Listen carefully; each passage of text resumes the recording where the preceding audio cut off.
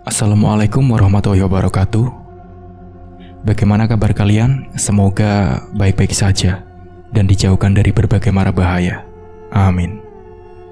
Di cerita kali ini, saya akan membawakan cerita yang berjudul Penampakan Hantu Budak Sek Tentara Jepang yang mati dibunuh karena hamil. Nah, sebelum mulai ceritanya, seperti biasa, di dalam cerita ini, semua nama dan tempat disamarkan demi menjaga privasi. Seperti apa ceritanya? Simak video ini sampai habis. Daripada penasaran, tak usah kelamaan lagi, kita masuk ke ceritanya. Hampir 5 tahun, rumah almarhum kakekku yang terletak di sebuah dusun terpencil di Kabupaten Malang itu kosong. Namun rumah itu tetap bersih dan tetap terawat sampai kini, karena ada Pak Ade Jais yang letak rumahnya berhadapan dengan rumah kakek sebagai tukang bersih-bersih di rumah kakek. Pak Ade Jais ini dibayar setiap bulan untuk merawat rumah itu. Ada yang aneh dari rumah itu.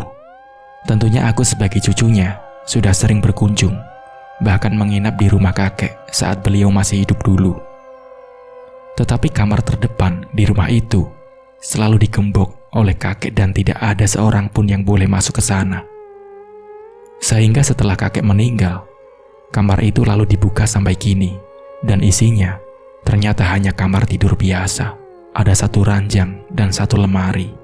Tidak ada yang aneh menurutku, tapi kenapa digembok, aku tidak paham. Hingga suatu hari, aku dan kedua temanku yang dari kota ingin menginap di rumah itu, hanya 3 hari saja untuk mengisi liburan. Anak kota merindukan suasana asri pedesaan, menghirup udara sejuknya, jalan-jalan di pematang sawah, dan ingin mencoba memasak di dapur yang menggunakan kayu sebagai bahan bakarnya. Dan rumah kakekku inilah tempat yang sempurna untuk memenuhi keinginan kedua temanku itu. Singkat cerita, jadilah kami menginap di rumah kakekku. Kami bertiga memilih tidur bersama di kamar yang letaknya paling depan, karena kamar itulah yang kami nilai paling bagus. Tidak ada hal yang aneh. Di hari pertama kami di rumah kakek, sepanjang pagi dan siang kami menikmati liburan kami.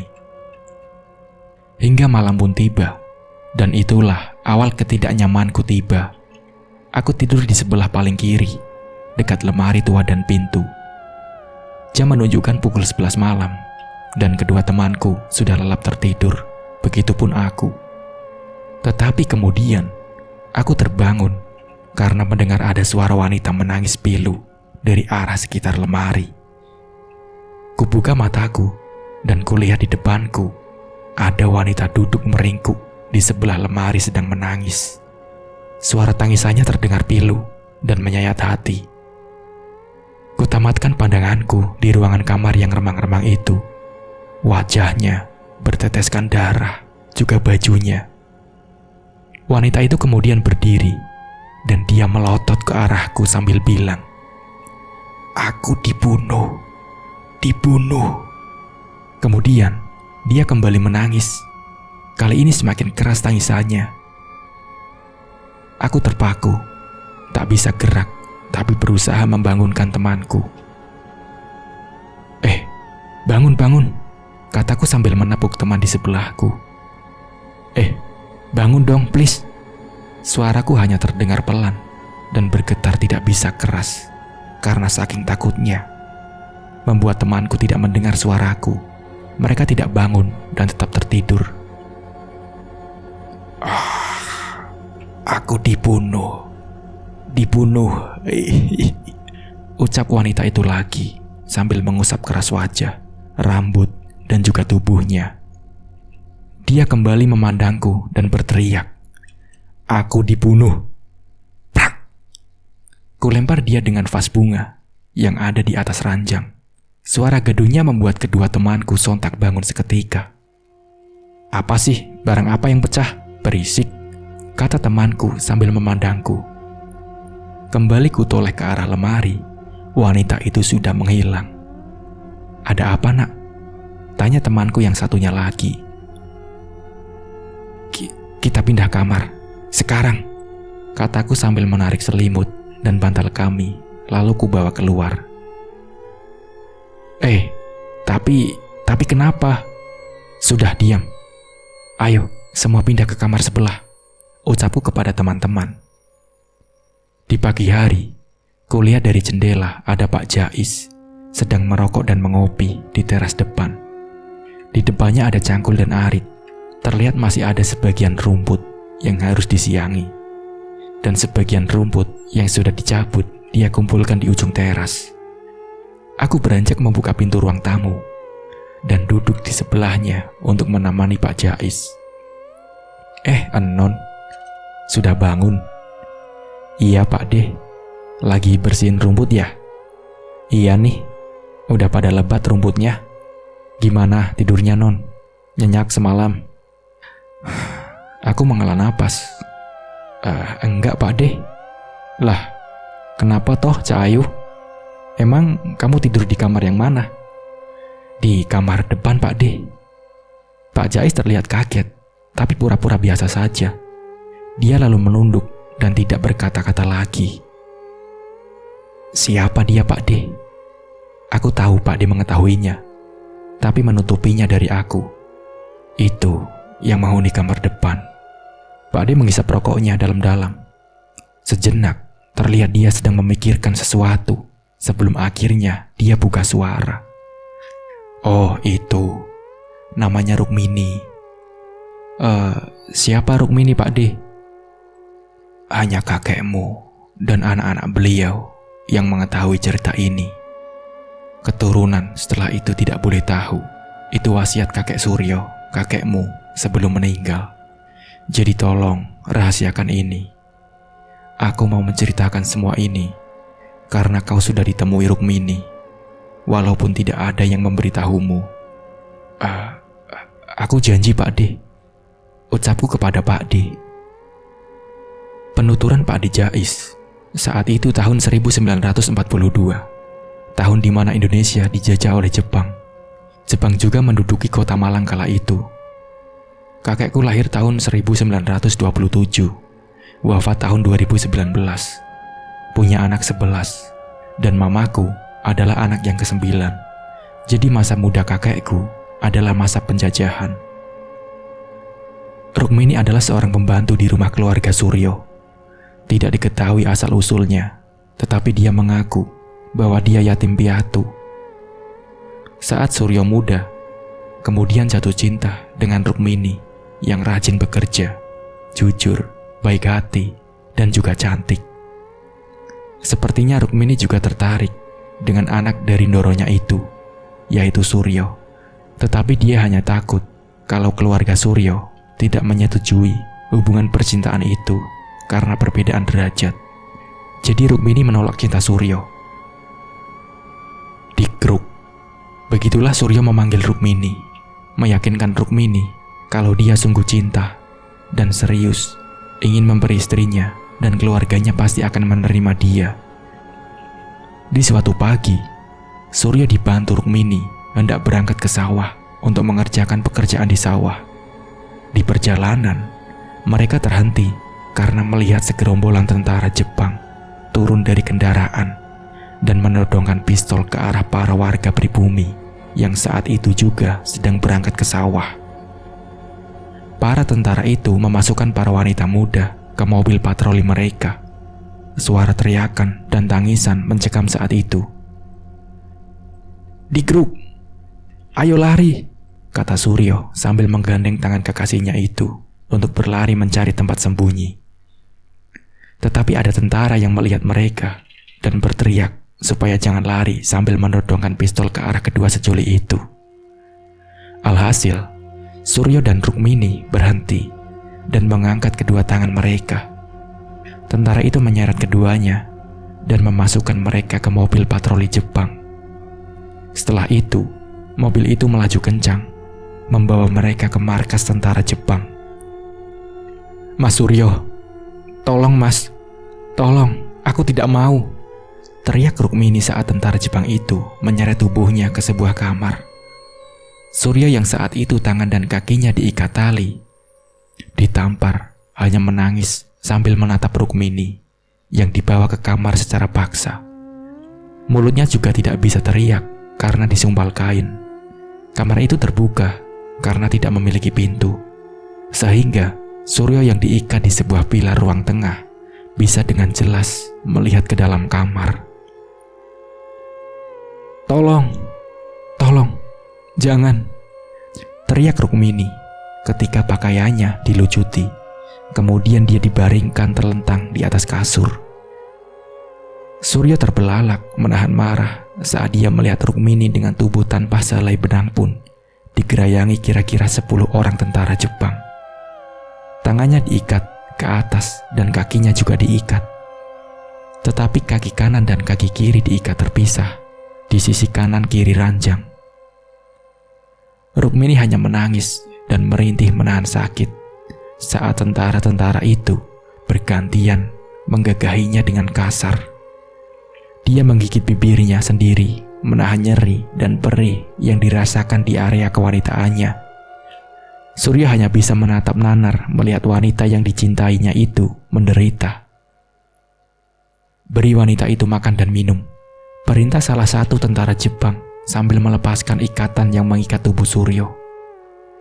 "Ingat, jangan coba-coba melarikan diri dan memberontak di sini," katanya lagi sambil melemparkan makanan dan air dalam botol ke arah Suryo.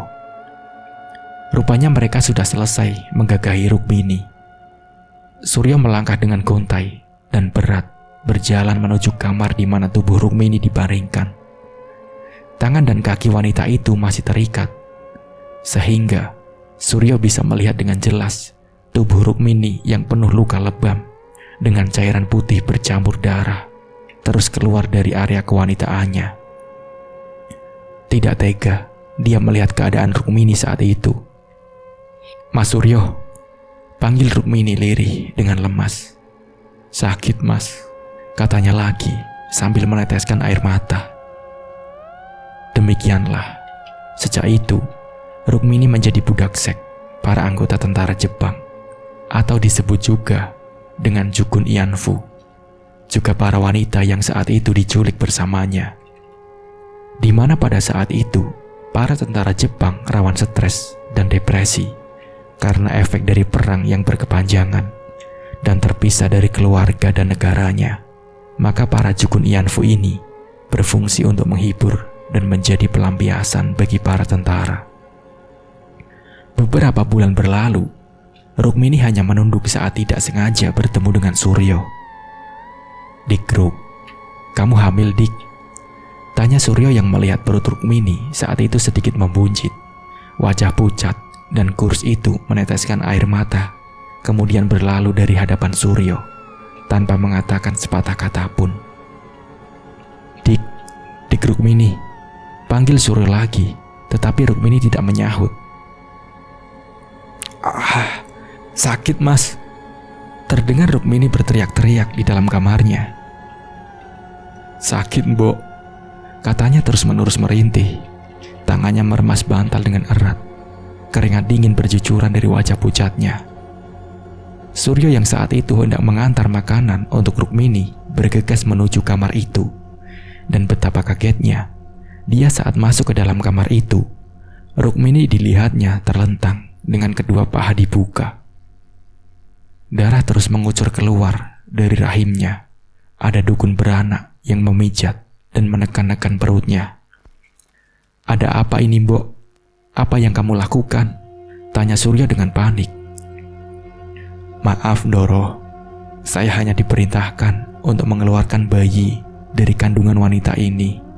Saya tidak berani menolak, Doro, karena saya akan dibunuh kalau menolak." "Tapi, Mbok, Rukmini bisa meninggal. Lihat dia sudah pucat karena kehabisan darah, Mbok." "Ngapunten, Doro. Sebelum saya datang, Rukmini sudah pendarahan. Dia bercerita bahwa tadi ada tentara yang memaksa dia meminum ramuan peluntur kandungan, dan tentara lain ada yang meninjau perutnya, sehingga jadi seperti ini. Ini saya berusaha mengeluarkan jabang bayinya, supaya pendarahannya bisa berhenti." Keluar kau, keluar!" teriak tentara Jepang sambil menjotos, kemudian membawa paksa Suryo keluar kamar Rukmini. "Mas Suryo, tolong mas," kata Rukmini lirih, tapi masih bisa didengar oleh Suryo. "Rukmini, Ruk, ya ampun Ruk," teriak Suryo sambil menangis. Tentara yang membawa Suryo terus membentak dan menyeret Suryo keluar menjauh. Suryo dimasukkan ke dalam penjara saat itu juga. Dia hanya menatap tembok penjara dengan keluh, memikirkan Rukmini yang tidak tahu bagaimana nasibnya sekarang. Sepanjang malam, Suryo hanya melamun, mengkhawatirkan Rukmini. "Bangun," kata tentara yang menjaga penjara itu di pagi harinya, sambil menyodorkan pistol di pipi Suryo yang tengah tertidur. Suryo bergegas bangun dan berdiri mematung. Kemudian, tentara itu membawanya ke kamar Rukmini. "Buang mayat wanita ini. Kau akan diantar mobil patroli. Awas, jangan mencoba kabur. Kami akan mengawasimu dari jauh." Sontak Mas Suryo terbelalak mendengar perintah dari tentara itu. Dia terhenyak saat mengetahui bahwa Rukmini telah mati. Suryo seketika itu lunglai dan tidak punya tenaga lagi untuk berdiri. Tubuhnya seketika ambruk di depan kekasihnya yang kini terbaring dengan ditutupi kain jarik, sudah menjadi mayat. Hatinya telah hancur, berkeping, tak berbentuk lagi. Tangisnya pecah, disertai dengan teriakan memanggil nama Rukmini. Hendak membuka kain jarik untuk menatap wajah Rukmini yang terakhir kali saja, dia sudah tidak sanggup, apalagi membopong tubuh kaku itu untuk menguburnya. Tetapi tidak ada cara lain. Daripada tentara Jepang itu membuang tubuh Rukmini ke jurang, lebih baik dia taat kepada tentara Jepang yang menyuruhnya untuk mengubur mayat Rukmini. Suryo meminta tentara Jepang mengantarnya ke ladang miliknya di desa di mana Suryo tinggal untuk mengubur mayat itu. Mobil dan beberapa tentara Jepang sudah siap di luar. 2 orang pribumi juga disiapkan sebagai penggali kubur. Sebelum berangkat, mayat itu dimandikan dulu oleh para wanita di tempat itu, Jukun Ianfu yang lain. Suryo dengan segenap kekuatan yang tersisa berusaha tegar saat harus membopong tubuh Rukmini. Tangannya bergetar saat dia mengangkat tubuh itu. Air mata dia ditahan supaya tidak jatuh membasahi mayat yang sedang ia bopong. Ada perasaan marah, kecewa, benci, dan sedikit berkecamuk jadi satu di dalam hatinya. 1 jam perjalanan dan Suryo sudah tiba di ladang miliknya. Para tetangga juga keluarga Suryo hanya bisa melihatnya dari jauh karena takut ditembak tentara Jepang jika mendekat. Ibu Suryo terlihat menangis memanggil-manggil anaknya, dan bapaknya merangkul ibu Suryo, berusaha menegarkan hati istrinya itu. Suryo hanya menatap kosong kuburan yang sudah mulai diratakan oleh 2 orang pribumi itu. Hatinya sakit saat menyaksikan bahwa kekasihnya kini telah terbaring di dalam tanah itu sendirian. Itulah kenyataan pahit yang sedang berusaha dia terima kini. Suryo tetap terduduk lunglai ketika para penggali kubur itu telah selesai dengan tugas mereka dan berjalan kembali ke dalam mobil. Tetapi mereka kembali untuk menghampiri dan menuntun Suryo, mengajak ikut kembali ke dalam mobil.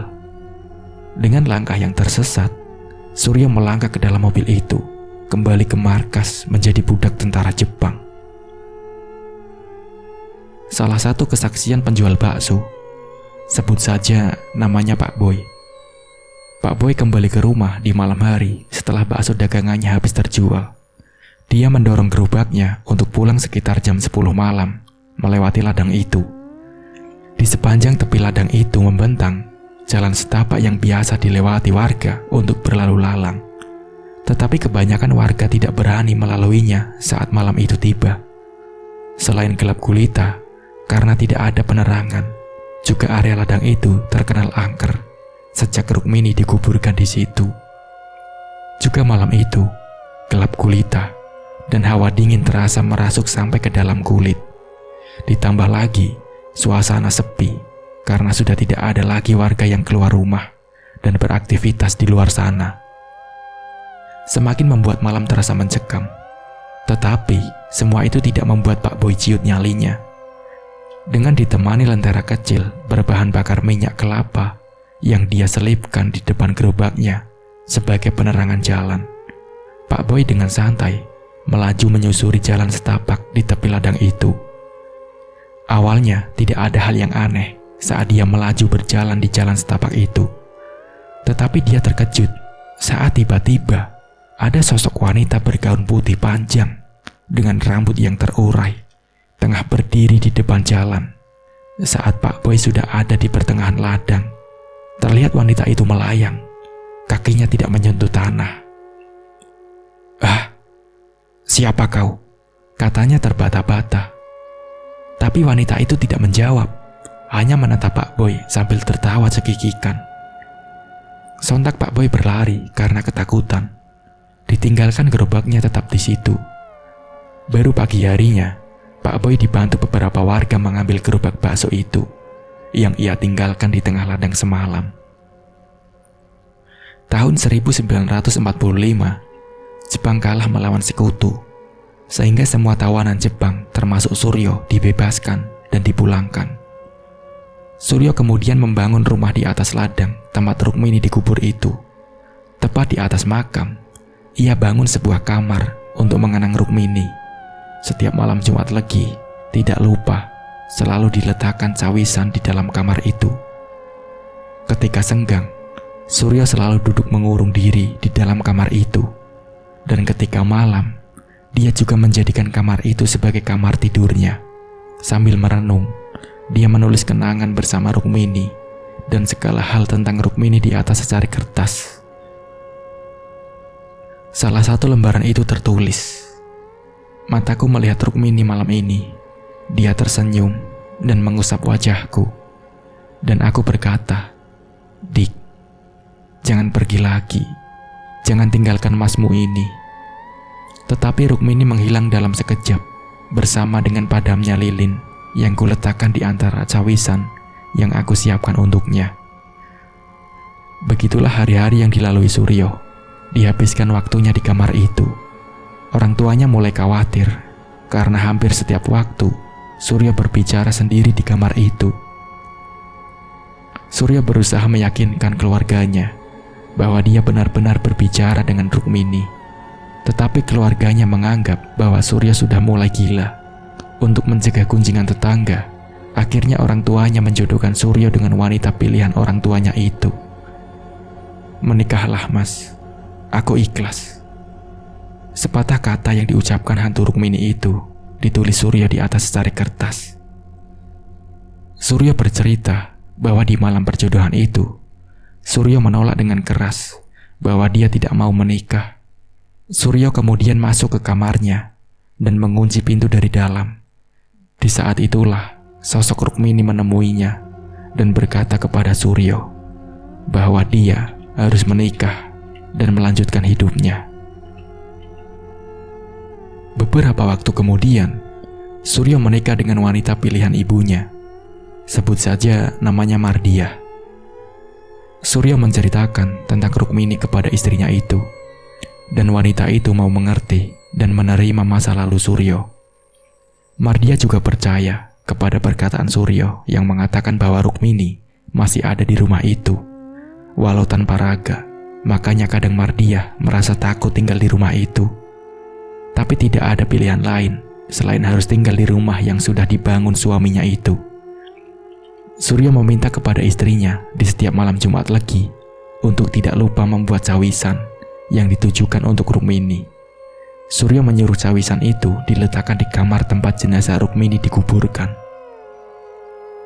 Di suatu malam Jumat Legi, gerimis pun tiba, membasahi desa tempat tinggal Suryo dan Mardiah.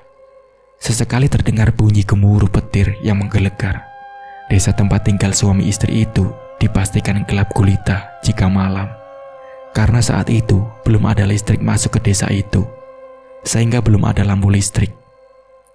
Jadi di dalam rumah mereka hanya ada lampu teplok berbahan bakar minyak goreng yang redup sebagai penerangan. Malam itu, suami dan anak-anak Mardiah sudah tertidur pulas. Ditambah hawa dingin perbukitan yang merasuk sampai kulit, membuat mereka memilih bersembunyi di balik selimut tebal dan terlelap. Nyenyak pun dengan Mardiah. Tetapi di tengah-tengah tidur pulasnya, Mardiah mendengar ada seorang wanita menyanyi dengan lirih, seperti seorang ibu yang sedang menidurkan anaknya dengan nyanyian pelan. Dan suara itu membuat Mardiah merasa terganggu. Talela lela lela ledong, cep menengo, ujar pijar nangis. Hihi. Beliau mendengar suara wanita itu ada di kamar depan. Karena Mardiah penasaran, dia bangkit dari ranjangnya dan mengambil lampu teplok yang terletak di meja samping ranjangnya itu. Lalu melangkah pelan menuju ke kamar depan sambil menenteng lampu teplok sebagai penerangan jalannya. Mardiah ingin melihat siapa yang menyanyi itu. Ketika sampai di kamar depan, beliau membuka pintu kamar depan dengan pelan dan mencondongkan lampu teploknya ke arah depan untuk menerangi ruangan di dalam kamar yang dia tuju. Matanya menyipit untuk menelisik apakah ada orang di dalam ruangan itu. Betapa terkejutnya Mardiah ketika mengintip di balik pintu kamar depan. Matanya terbelalak kaget dan tangannya yang memegang lampu teplok itu menjadi bergetar. Nafasnya tercekat. Dilihatnya ada wanita bergaun putih, kulitnya pucat, dan rambutnya hitam panjang, sedang menggendong bayi di ruangan itu. Hantu gendong bayi itu berdiri di dekat diletakannya Cawisan berada. Wanita itu mengayun-ayunkan si bayi yang digendongnya sambil menyanyi pelan. Ternyata wanita itu menyadari akan kedatangan Mardiah. Dia kemudian menatap sepasang mata yang mengintipnya di antara celah pintu dan bertanya, "Mbak E, bolehlah anakmu aku gendong juga. Sini, aku pinjam anakmu supaya bisa aku asuh." Hihihi.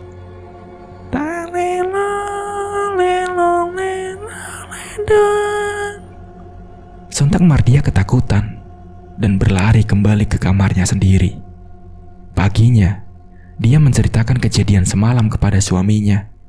Lalu suaminya, Suryo, menulis kejadian itu di atas kertas.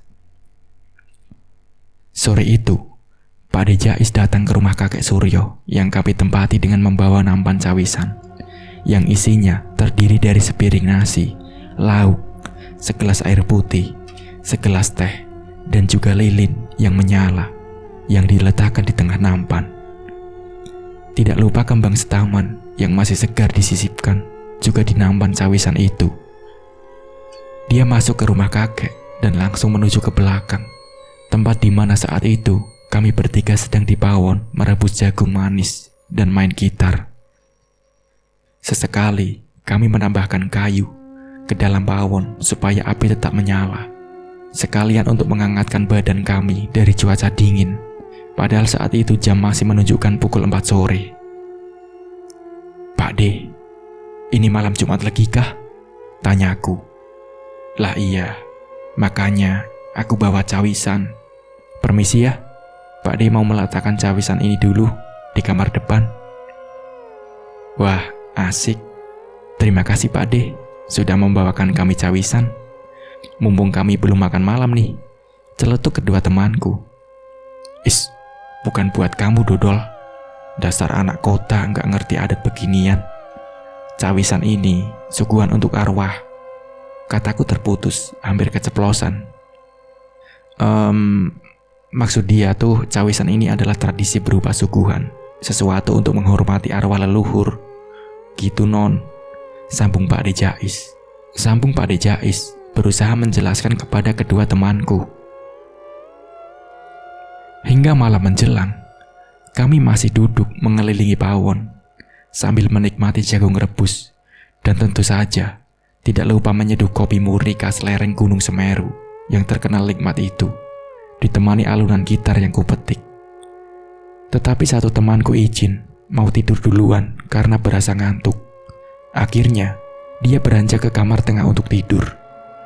Disinilah keanehan mulai terjadi. Tidak seberapa lama temanku ini tertidur, tiba-tiba saja dia terbangun karena mendengar suara wanita menangis dari arah kamar depan, kamar Rukmini. Tangisan yang menyayat hati itu membuat temanku ini penasaran siapa yang menangis dan dia menghampiri kamar depan. Pelan temanku ini membuka pintu kamar depan dan mengintip siapa yang menangis. Temanku melihat bahwa akulah itu yang duduk meringkuk sambil menangis. Pagi harinya, temanku itu dengan hati-hati bertanya kepadaku perihal semalam. "Nak, semalam kenapa kamu menangis sendirian di kamar depan? Kita kan sudah lama bersahabat. Ceritalah kalau ada masalah. Aku akan berusaha membantumu. Jangan dipendam sendiri," tanya temanku. Aku kaget mendengar penuturan temanku itu. "Ah, aku menangis?"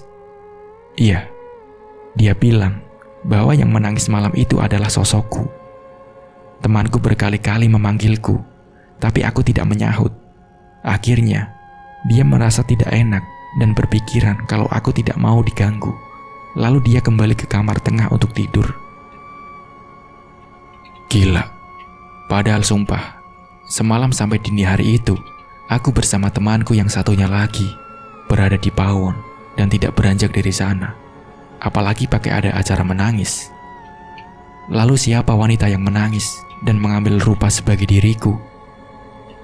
Rukmini. Disinilah aku berpikir keras. Bagaimana menjawab pertanyaan temanku itu? Kalau aku menjawab bukan aku yang menangis, pasti temanku ketakutan. Aku tidak ingin membuatnya takut. Tapi kalau aku menjawab berbohong bahwa benar semalam akulah yang menangis, aku tidak rela disangka menangis karena sebenarnya aku sama sekali tidak menangis. Natali, kok bengong sih?" ditanyain juga. Gertak temanku sambil menggoncang bahuku. Oh iya, jawabku gelagapan. "Iya, lain kali aku akan cerita ke kamu. Kalau aku ada masalah, nggak aku pendam sendiri kok." "Ya udah yuk, ayo kita ke pasar tradisional. Katanya mau hunting." Iya, akhirnya aku harus berbohong demi temanku supaya tidak parno. Karena semalam aku baru tidur dini hari, jadi hari ini belum terlalu siang, aku sudah merasa ngantuk. Sekitar jam 10 pagi itu, aku berbaring di kasur kecil di ruang keluarga sambil menonton YouTube. Ruang keluarga itu letaknya dekat dengan kamar depan, kamar Rukmini. Lalu kumatikan channel YouTube itu dan aku tertidur. Sementara, kedua temanku berbaring sambil memainkan handphonenya. Saat tertidur pulas itulah, aku merasakan ada sesuatu benda agak runcing dan berasa dingin membelai pipiku. Dingin seperti es. Menurutku itu kuku yang membelai pipiku. Kuku itu membelai pipiku dengan lembut, seperti penuh kasih sayang, dan membuatku merasa nyaman. Ya, mungkin jari tangan yang membelai pipiku, tapi karena dia mempunyai kuku yang panjang, jadi yang kurasakan itu kukunya, bukan jari tangannya. Aku hendak bangun dan melihat siapa yang membelai pipiku itu, tapi karena aku sangat ngantuk, ya udah, aku tetap terpejam. Hingga akhirnya, saat aku terbangun kira-kira 1 jam kemudian, aku mulai memikirkan siapa yang membelai tadi. Apa mungkin serangga atau hewan lain macam cicak yang menempel di pipi? Bukan yang kurasakan belayan bukan hinggapan. Dan juga, mana ada serangga bersuhu dingin seperti es, cicak pun tidak sedingin es. Aku menerka lagi, mungkin teman-temanku, karena hanya ada mereka berdua di sini. Tetapi mereka kan tidak punya kuku yang panjang. Juga tangan mereka tidak mungkin sedingin itu. Lagi pula, buat apa mereka membelai pipiku segala? Rukmini. Aku terperanjat. Sontak, aku bangkit dari kasur dan berlari ke kamar tengah. Ku buka pintu kamar dengan keras, dan mereka berdua kaget sambil melihat ke arahku. "Kalian masih di sini? Siapa tadi yang iseng membelai wajahku saat aku tidur? Siapa?" Tanyaku sambil berteriak. Mereka berdua hanya bengong. Mereka saling menatap keheranan untuk beberapa saat. Mereka bingung. Maaf, maksudku kalian dari tadi tetap di kamar ini apa keluar? Kataku sambil mengecilkan volume suaraku. Oh, kamu nanya itu. Pelan-pelan dong kalau nanya. Bikin kaget tahu. Lagian ada apa sih? Kok kamu seperti orang ketakutan gitu? Kelihatan kayak habis lihat hantu deh. Dari tadi itu, kami masih berdua di sini. Belum keluar kamar dari tadi. Jawab mereka, lalu asik melanjutkan memainkan handphone masing-masing. Akhirnya, hari ini adalah hari terakhir kami menginap di rumah kakek Suryo. Sore jam 5 nanti, travel akan menjemput kami untuk mengantarkan kami pulang. Jadi pagi ini selepas sarapan, kami sudah mulai mengepak barang-barang kami. Tidak lupa, kami menyempatkan diri untuk berfoto di dalam rumah kuno itu, milik kakek Suryo ini, untuk kami jadikan kenang-kenangan. Ada kursi kayu antik yang masih mengkilap dan bagus. Dan kami bertiga duduk di sana, lalu mengambil beberapa foto. Kami juga mengagumi jam dinding antik yang masih bersandar kokoh di dinding ruang tamu. Dan dengan semangat, kami mengambil foto diri kami di bawah jam dinding itu. Tapi ada suatu benda yang membuat aku tertarik untuk foto di depan benda itu, yaitu cermin antik yang terletak di kamar depan. Aku ragu dan hendak mengurungkan niat ketika ingin berfoto selfie di depan cermin itu, karena cermin itu terletak di kamar Rukmini. Tetapi karena terdorong keinginan yang kuat, akhirnya aku memberanikan diri untuk masuk ke dalam kamar itu. Hai, teman-teman, ayo kita foto di depan cermin itu. Teriakku dari jendela kamar depan kepada kedua temanku yang saat itu ada di teras depan rumah. Iya, sebentar lagi. Kami masih mau ambil beberapa foto lagi di depan teras ini. Kamu aja duluan, nanti kami menyusul, kata mereka. Oke, aku tunggu di sini ya, jawabku. Suasana hening di dalam kamar itu. Sepi, sesepi mayat Rukmini yang terbaring sendirian hampir 100 tahun di dalam tanah, di bawah kamar ini. Mataku menyusuri setiap sudut kamar yang dingin dan lembab itu sambil berkata pelan, "Permisi, saya cuma numpang foto." Kemudian dengan perasaan agak canggung, aku berdiri di depan cermin antik itu. Lalu kuhadapkan wajahku menghadap cermin itu, memaksakan diri untuk tersenyum. Lalu kuambil beberapa foto selfie. Setelah beberapa kali memotret, aku dengan posisi tetap berdiri di hadapan cermin, mulai mengecek layar HP, hasil dari pemotretan yang kulakukan barusan. Nampak gambar sosokku yang berdiri menghadap cermin itu baik-baik saja, tidak ada yang aneh. Tetapi ketika aku cek gambar wajahku yang ada di dalam pantulan cermin itu, loh kok, separuh wajahku di dalam pantulan cermin itu memang tidak ada yang aneh. Sama persis dengan gambaran wajah asliku, tetapi separuhnya lagi terlihat aneh, karena yang separuh itu bukanlah gambar wajahku, melainkan gambar wajah wanita lain. Dia sambil tersenyum sinis, menghadap kamera dengan tatapan mata yang kosong, tapi terlihat seperti menyimpan derita, dan wajah itu terlihat berdarah. Matanya menghitam karena luka lebam. Pelipisnya bercucuran darah, juga dari dalam mulut dan hidung keluar darah. Tetapi darah yang keluar itu sudah tidak segar lagi, melainkan berwarna merah pekat kehitam-hitaman. Tanganku bergetar saat mencoba memperbesar layar yang ada gambar penampakan di kameraku itu, untuk memastikan apakah benar wajah yang ada di dalam pantulan cermin itu bukan wajahku, melainkan wajah wanita lain. Hatiku mulai berdebar dan nafsuku sudah tidak lagi beraturan saat aku tahu bahwa benar kalau yang di dalam pantulan cermin itu separuh wajahku bukanlah wajahku. Karena merasa risih dan takut, akhirnya kuhapus semua foto yang aneh itu. Setelah itu, dengan memaksakan diriku, aku memberanikan diri untuk kembali menatap lekat-lekat cermin itu. Kuarahkan pandanganku ke depan, ke arah cermin itu. Lalu mulai kuatur nafas, dan kucoba menajamkan mataku. Dan aku mulai berkata yang aku tujukan untuk hantu itu. Maafkan aku. Aku tidak mau berurusan lebih dalam lagi dengan Anda. Dunia kita berbeda, dan aku tidak bisa berbuat apa-apa untuk Anda. Ikhlaslah menerima takdir. Aku memang cucu dari kakek Suryo, tetapi tak sepatutnya Anda mengganggu saya, karena saya tidak ada hubungannya dengan masa lalu Anda dan kakek. Berhentilah mengganggu siapapun. Tak berselang lama setelah aku berkata seperti itu, tiba-tiba batinku melihat sebuah gambaran. Nampak gambaran itu ada seorang perempuan muda sedang bermain kejar-kejaran dengan seorang pria. Nampaknya mereka berdua saling memendam asmara. Gadis itu lalu berlari masuk ke dalam sebuah gubuk yang terletak di samping rumah sang pria. Gubuk tempat penyimpanan gabah, disusul sang pria yang juga masuk ke gubuk itu. Sang pria memeluk erat tubuh sintal gadis itu. Disusul suara tertawa bahagia dari bibir ranum sang gadis. "Ah, Mas, jangan erat-erat, aku merasa geli," rengeknya manja.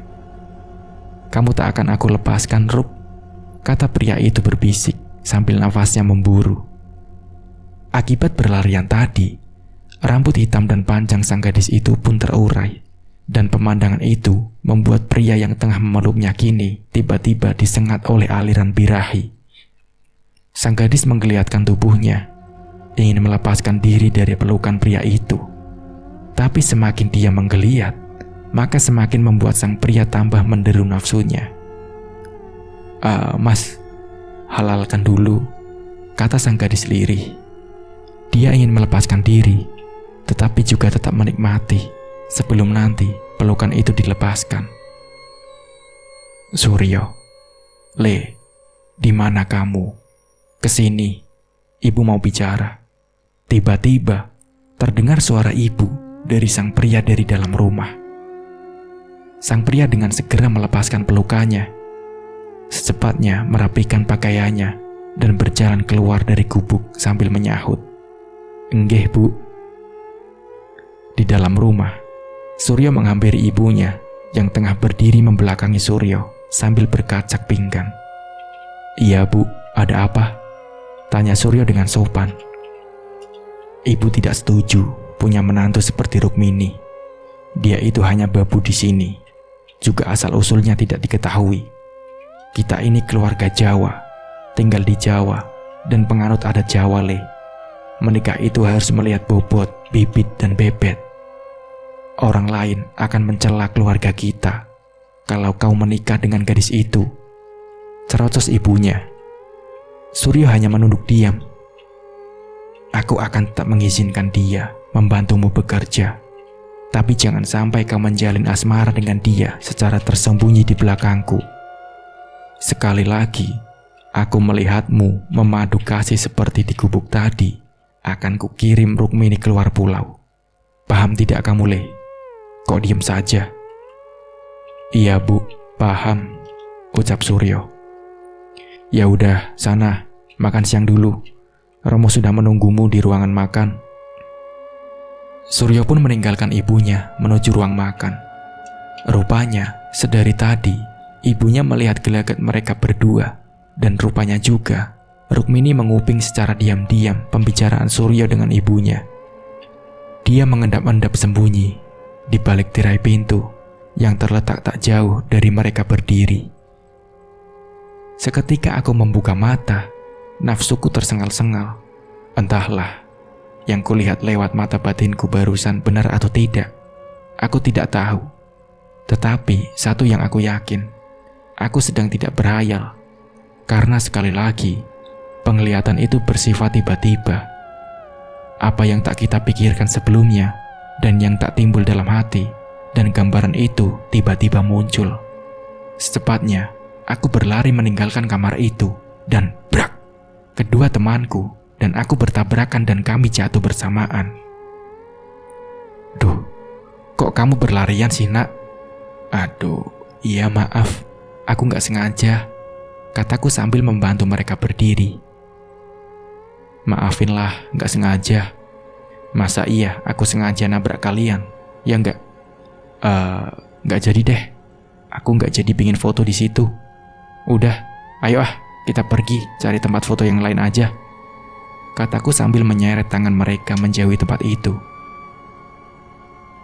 "Nanggung, kita nggak tahu kapan bakalan bisa datang lagi ke rumah ini. Jadi ayo kita foto di depan cermin itu," kata temanku lagi. Sekarang gantian mereka yang menyeret tanganku untuk masuk ke dalam kamar itu, dan aku tidak bisa menolak lagi. Akhirnya, kita berfoto selfie di depan cermin itu, dan setelah ku amati hasilnya, ternyata tidak ada yang aneh dari foto itu. Semua normal, mulai dari gambar sosok kami, juga sosok di dalam pantulan cermin. Semuanya normal, tidak ada yang aneh. Tidak ada wajah perempuan itu lagi di dalam pantulan cermin itu. Nah, seperti itulah ceritanya. Semoga bisa diambil pembelajarannya. Mungkin cukup sekian dari saya. Wassalamualaikum warahmatullahi wabarakatuh.